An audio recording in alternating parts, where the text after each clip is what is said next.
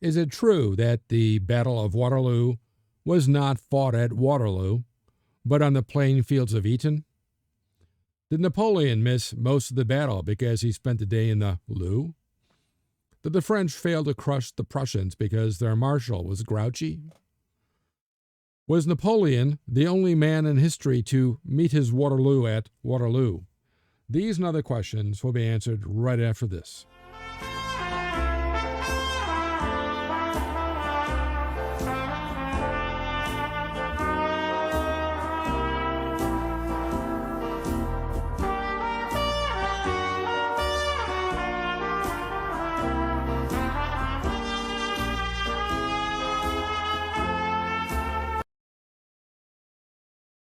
I'm Professor Jerome Arkenberg, and I've been teaching a wide variety of history courses at colleges across this country for the past 30 years. In this video, I'm going to tell you about Napoleon's return from exile on Elba, how Napoleon met his Waterloo at Waterloo, Napoleon's second abdication and second exile, and the peace put together by the Congress of Vienna. At the end, I'll have the wrap-up quote on this video. But first, make sure to click like, share, and especially subscribe, and that little bell thingy, so I can continue to bring you more great videos just like this one.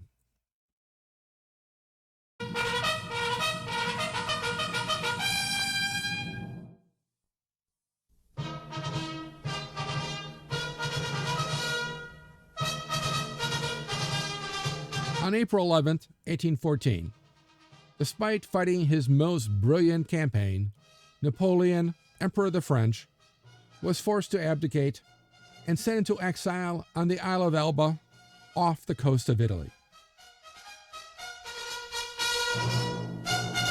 But tension among the victorious allies over peace terms, in dissatisfaction of the French people with their restored king, Louis XVIII, who had repealed all other reforms of the Revolution, including the financial reforms, led to the French army deserting to Napoleon en masse when he escaped from Elba in March of 1815. Within 2 weeks, Napoleon was in Paris, and Louis XVIII had fled the country once more. The Allies, however, refused to accept the return of Napoleon, and immediately began the War of the Seventh Coalition against him. But despite an English army in Belgium, a Prussian army here on the Dutch frontier, the Austrian army spread out across the Rhine from Strasbourg, Sardinians in Italy were demobilized, so not much of a threat from this side, as were the Spanish and Portuguese forces. The Russians were all back home, but those forces that were left, the Austrians, the Prussians, and the English and the Dutch, were largely all composed of second-line or raw recruits. Napoleon, though, realized his only shot to stay in power was to quickly and decisively defeat the English and Prussians before he had to turn and face the Austrians and arriving Russians. So, on June 15th, Napoleon crossed into Belgium, and the next day defeated, but unfortunately not decisively, Marshal Blucher's Prussians at the Battle of Ligny. So in your case, the Battle of Ligny here. Meanwhile, Marshal Ney, with the left wing, defeated Wellington and his Anglo-Dutch army in a rather minor battle at Quatre Bras. So this is the scene of the campaign right here. Napoleon invading. Here's the Battle of Ligny. The Prussians managed to retreat in good order. They hadn't been routed. They were advancing this way. They were available, and Wellington knew this, to help him out at a main battle. Even though Marshal Grouchy had been sent by Napoleon to follow Blucher and make sure the Prussians do not link up with the Dutch and the English. Meanwhile, Wellington withdrew right about to here, astride the main road to Brussels, which was Napoleon's goal. On Sunday, June 18th, after a rainy night, Wellington offered battle, the Battle of Waterloo, which would decide the entire fate of Europe for over 100 years, on a ridge across the Brussels Road, near a village named Waterloo. While Napoleon set up on the opposite side, of course, Wellington's goal is simply to keep the French from advancing to Brussels, and of course, to make sure his army is not totally destroyed. Meanwhile, it is Napoleon's task to punch through to Brussels. Unfortunately, apparently sidestepping them this way would have been too difficult. One of the main points to do so is the little farmhouse at Hougoumont. Meanwhile, Napoleon is aware the Prussians are going this way, but on his right flank, but does believe Marshal Grouchy has them contained. Unfortunately, that is not the case.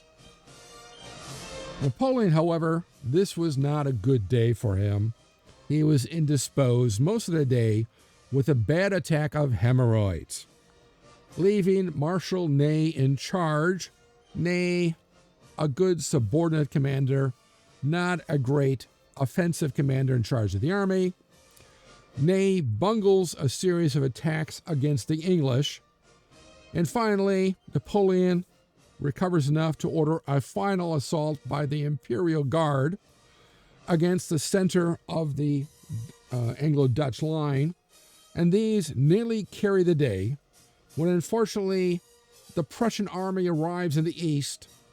They have not been contained by Marshal Grouchy, who is about a day's march behind them, and then routed the French. Ney, of course, in later years will get the bulk of the blame for the Battle of Waterloo's loss, though equally it could be said it was Marshal Grouchy's fault.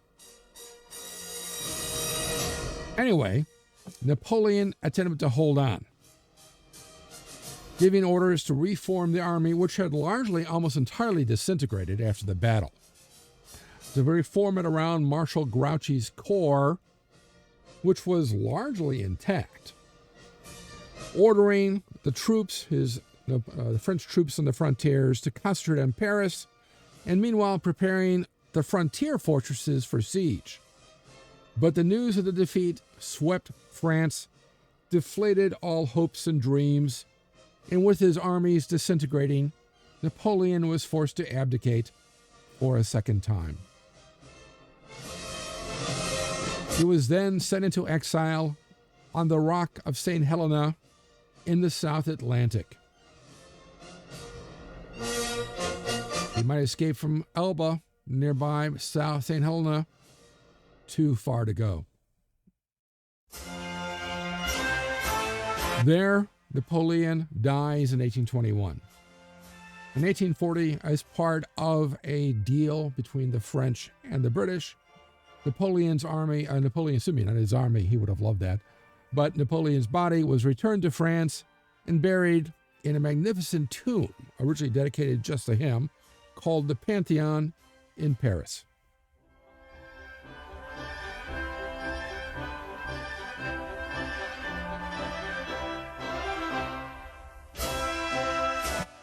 The victorious Allies dictated the Treaty of Vienna, meeting there as the Congress of Vienna from 1814 to 1815, and this closed the Napoleonic Wars by trying to prevent their repetition. By the terms of the deal, France lost all conquests taken since 1790, but was not carved up into pieces, as this would be wrongfully punishing Louis XVIII, now restored to the throne of his ancestors.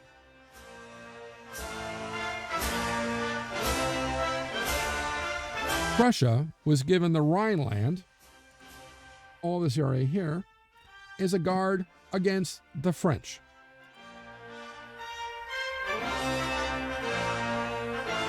To punish Saxony for its unswerving support of Napoleon, a third of its land was given to Prussia. So here was, of course, the kingdom of Saxony left as a rump, and all this was given to Prussia. Belgium was given to Holland, along with Luxembourg, as a check on France, and England restored all Dutch colonies, except Ceylon and South Africa, to the Dutch.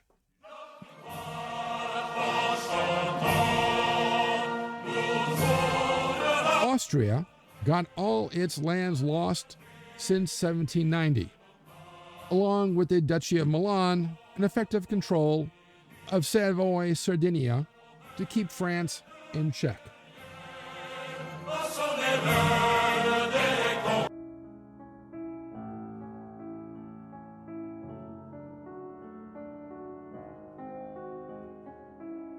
Russia got Finland, which it had acquired from Sweden in a war earlier.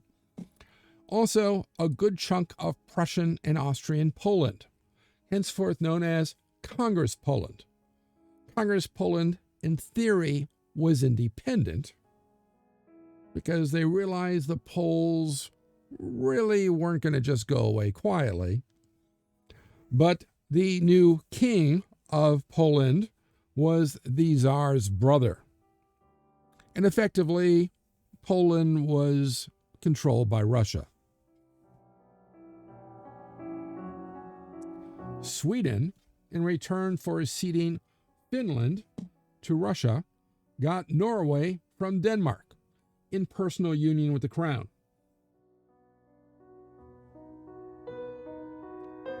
Denmark, as one of Napoleon's ever-faithful allies, was punished by being forced to give up Norway to Sweden, but was allowed to keep Iceland and Greenland. Apparently nobody really wanted that. But also the Danish Virgin Islands in the Caribbean.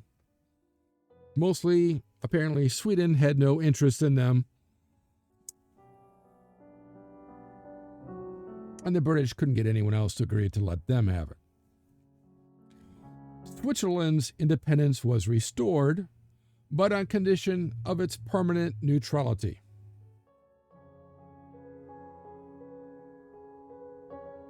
And all the old dynasties were restored in Sardinia, Naples, Portugal, Spain, Tuscany, Modena, and the Papal States.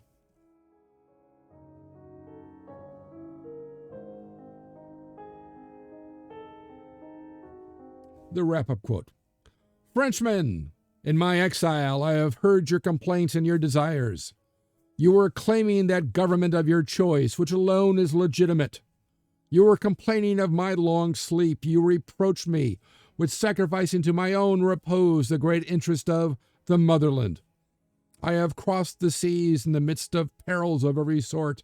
I arrive among you in order to reclaim my rights, which are yours. Napoleon, 1815.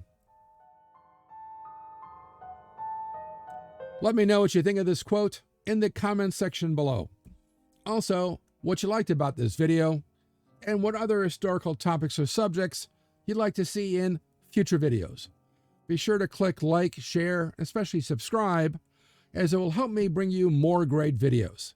And click on that little bell thingy, so you'll know when the next History Waits for No One video is posted. If you want to know more, there are recommended studies on this topic in the description below, along with other ways to connect with me. Thanks for watching, and I'll see you in the past.